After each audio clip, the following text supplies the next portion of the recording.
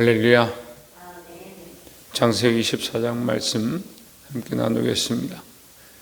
창세기 14장은 예수 그리스도의 그림자에 대해서 얘기하고 있습니다. 여기도 롯과 아브라함이 등장합니다. 자, 그러면 롯과 아브라함이 등장하게 된 이유를 얘기를 하게 되겠죠. 당시에 14장 1절에 보면 당시에 그때에 신할 왕 아므라벨과 엘라살 왕 아리옥과 엘람 왕 그들라오멜과 고임 왕 디달이 소돔 왕 베라와 고모라 왕 바르사와 아드마 왕 시납과 스보임 왕 세메벨과 벨라 곧 소알 왕과 싸우니라 했습니다. 그들 가운데 전쟁이 일어났습니다. 서로 땅을 차지하고 치면서 공격하는 그런 장면들이 나타났습니다.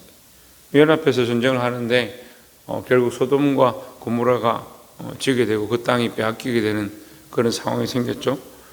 그렇게 하면서 11절에 보면 내 왕이 소돔과 고모라의 모든 재물과 양식을 빼앗아 가고 12절에 소돔에 거주하는 아브라함의 조카 롯도 사로잡고 그 재물까지 노력하여 갔더라 했습니다.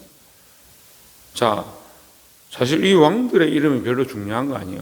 이 사람들이 어떠한 사람인지 창세기에 기록되어 있는 이 사람, 이 왕들이 어떠한 역할을 했는지 우리가 다 알 수 없습니다. 그런데 여기 등장하는 인물이 그 조카 롯도 이렇게 되어 있습니다. 롯이 사로잡혀 갔다. 세상 왕들이 와서 치는데 소돔과 고모라까지 쳤고 롯도 그것으로 인해서 사로잡혀 갔다. 이것이 우리에게는 중요한 거죠.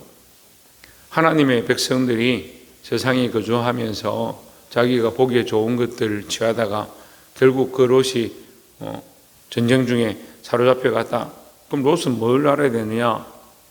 하나님의 언약한 그 롯이 그 아브라함을 통해서 하나님이 언약하신 그 약속, 롯은 그것은 몰라도 아브라함이 하나님의 뜻을 따라서 순종해서 가나안 땅까지 왔다는 그 사실을 알죠. 함께 왔으니까.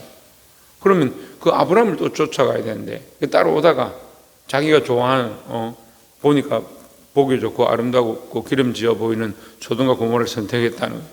그 인간적인 세상을 쫓아간 거죠. 거기서 심지어는 이제 공격을 당해서 포로로 끌려갔습니다. 뭘 깨달아야 합니까? 내가 잘못 선택했구나.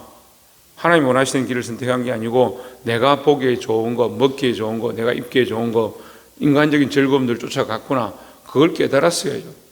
깨닫고 아브라함에게로 돌아와야 되고, 그리고 아브라함이 있는 곳에서 내가 어떠한 장소를 구할 거냐, 하나님 원하시는 게 뭘까, 이런 생각들을 해야 되는데, 그래 세상에 같이 머물러 있다 보니까 소돔과 고모라의 그 죄악들이 몸에 배고, 그 다음에 되면 소돔과 고모라가 멸망할 때 그 안에 갇혀 있는 모습들이 등장하게 되죠.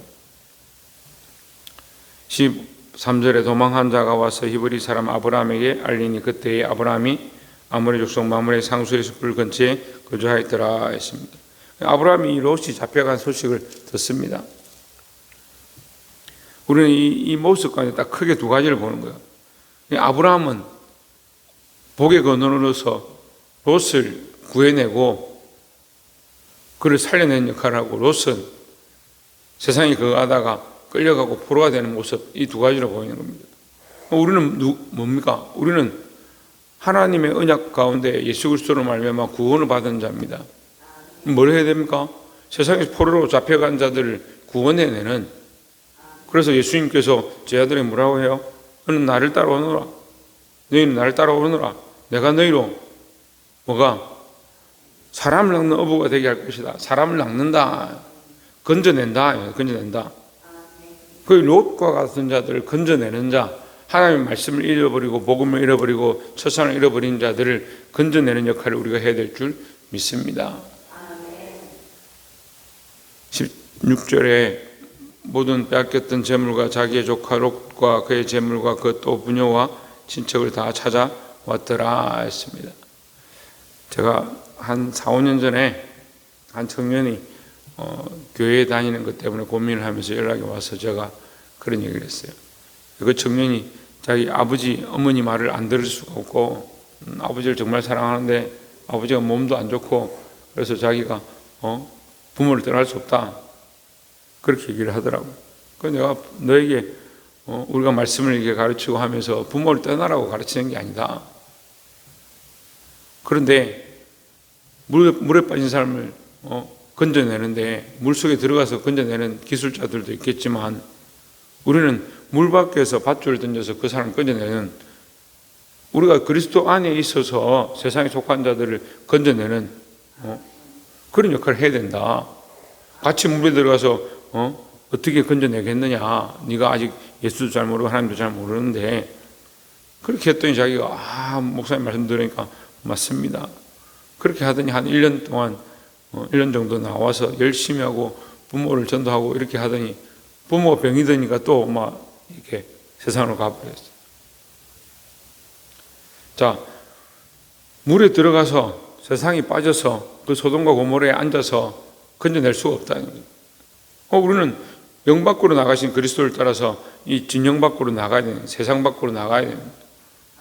세상 밖으로 나간다는 게 그러면 내 소유를 다 버리고 내 가정도 버리고 내 남편도 버리고 내 아내도 버리고 자식도 버리고 나가느냐, 그런 뜻이 아니라는 거죠. 그런 뜻이 아니라 거기 속하는 것이 아니고 세상에 속한 것이 아니고 우리의 소속이 이 땅이 아니라 우리의 소속은 하나님 나라다. 그 생각과 마음을 바꿔야 되죠. 그 세상에 속해서 세상이 원하는 대로 살고 세상이 뜻하는 대로 살고 세상의 가치관들을 여전히 똑같이 들고 있고 먹고 마시는 관점 속에 사로잡혀 있으면 롯과 똑같다는 거예요.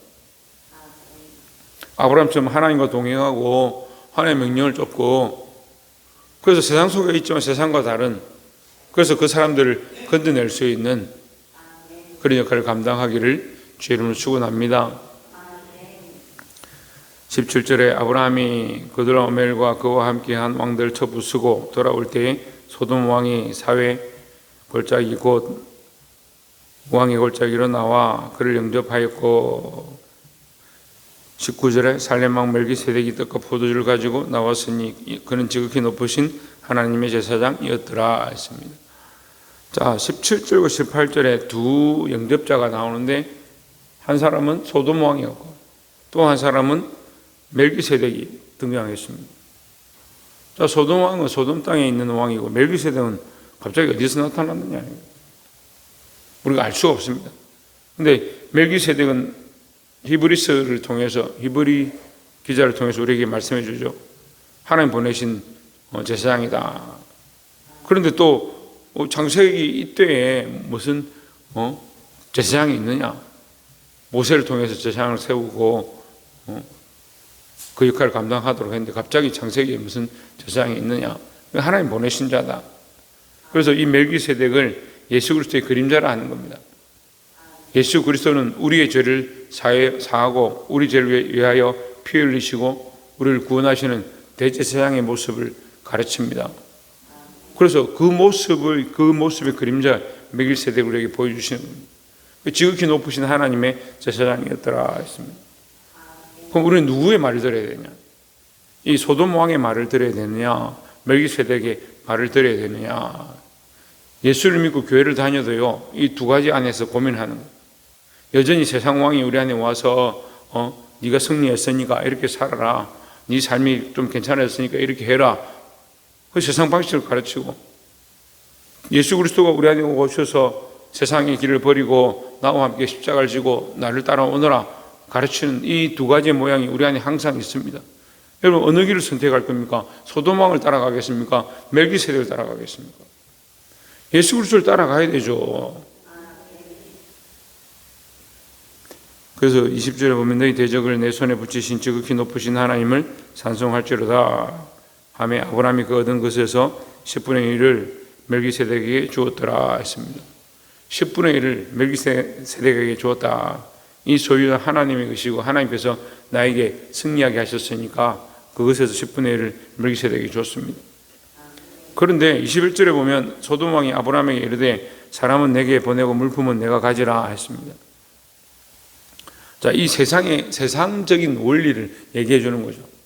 물건 필요 없고 사람은 내게 달라. 소돔 왕의 목적은 뭐냐? 사람을 가져가는 거죠. 마귀가 우리에게 부귀 영화를 다 주고 세상 영화를 다 주고 네가 엎드려 절하면 내가 너에게 종교의 영광을 주겠다 이렇게 가르쳐요. 그런데 사실 우리는 보면요, 사람을 잃어버려도 재물은 안 잃어버리려고 하는 거예요. 그게 세상의 원리예요. 그래서 재물은 사랑하고 명예는 사랑하고, 그런데 사람은 잃어버리죠. 우리가 때로는 사람을 잃어버리고 명예를 잃어버리고 사람들에게 손가락질 당한다 할지라도 영혼을 살리는 자가 되어야 합니다. 그 영혼을 잃어버리면 안 되죠. 근데 22절에 아브라함이 소돔 왕에게 이르되 천지의 주제이시여 지극히 높으신 하나님 여호와께 내가 손을 들어 맹세하노니 나는 그런 사람이 아니다. 나는 하나님 앞에 맹세하는데 나는 그런 사람이 아니다. 뭐 어떤 사람? 재물을 탐내고 욕심을 가진 그런 사람이 아니다 이 뜻이죠. 23절에 내 말이 내가 아브라함으로 지부하게 하였다 할까 하여 내게 속한 것은 시로 한 오락이나 덜 메끈 한 가닥도 내가 가지지 아니하리라 했습니다. 왜? 하나님 앞에 부끄럽지 않게 하려고 나는 너의 소유 그 재물에 나는 전혀 욕심내지 않겠다 이렇게 표현을 합니다. 단지 내가 이제 24절에 보면 단지 내가 이 전쟁을 하면서 여기까지 오면서 먹은 것들 그것들만 계산하겠다 이렇게 얘기를 하죠. 그 분깃만 가질 것이니라 이렇게 말했습니다. 그럼 우리가 세상에 살면서 뱀처럼 지혜롭고 비둘기처럼 순결해야 합니다. 예, 이게 쉽지 않죠. 근데 많은 사람은 거꾸로 합니다. 뱀처럼 순결하고 비둘기처럼 지혜로워요. 거꾸로 살아요. 지혜로워요. 하나님 말씀을 따라 지혜로워야 되는데 세상의 방법을 자꾸 가져와서 지혜로운 거죠. 순결해야 되는데 하나님과의 관계를 지키고 믿음을 지키고 주의 영광을 바라봐야 되는데 그 돈이 있어야 되고 명예가 있어야 되고 사람들에게 인정을 받아야 되고 그러한 것들을 다 계산하다 보니까 영광을 하나님 앞에 돌릴 게 없고 결국 자기 배를 불러야 되고 자기 목적을 위해서 살아가는 그 방식들을 선택하는 겁니다. 우리는 하나님의 백성들입니다. 우리가 뭘 추구하고 있는가, 뭘 바라보고 있는가. 우리가 하나님의 종으로서 주의 자녀들로서 예수 믿는 사람으로서 나는 뭘 추구하고 있는가, 돈과 명예와 먹고 사는 것을 바라보고 있는가, 아니면 한 영혼 한 생명을 살리기 위해서 몸부림치고 오히려 손가락질 당하고 어려운 일을 당한다 할지라도 나는 하나님의 하나님의 것이라는 것을 기억하고 하나님 주신 것을 하나님 앞에 돌려드리고 복음으로 영혼들을 살리는데 우리의 마음과 중심이 있는가, 이것을 점검하시기를 주의 이름으로 축원합니다. 롯과 같이 세상을 타협해서 세상으로 가다가 경고를 당하시면 빨리 돌아와야 되는데 우리는 아브라함의 모양을 배우고 멜기세덱의 반차를 따르는 예수 그리스도의 모양을 배웠지만 자꾸 생각과 가치관이 어디 있습니까? 롯과 같은 데 있는 거예요. 소돔 왕이 옳은 것처럼 그 사람 말을 듣는 거죠. 아브라함은 그 말을 듣지만 나는 너 때문에 듣는 것이 아니고 하나님 앞에서 부끄럽지 않는 삶을 살겠다라고 말하고 있습니다.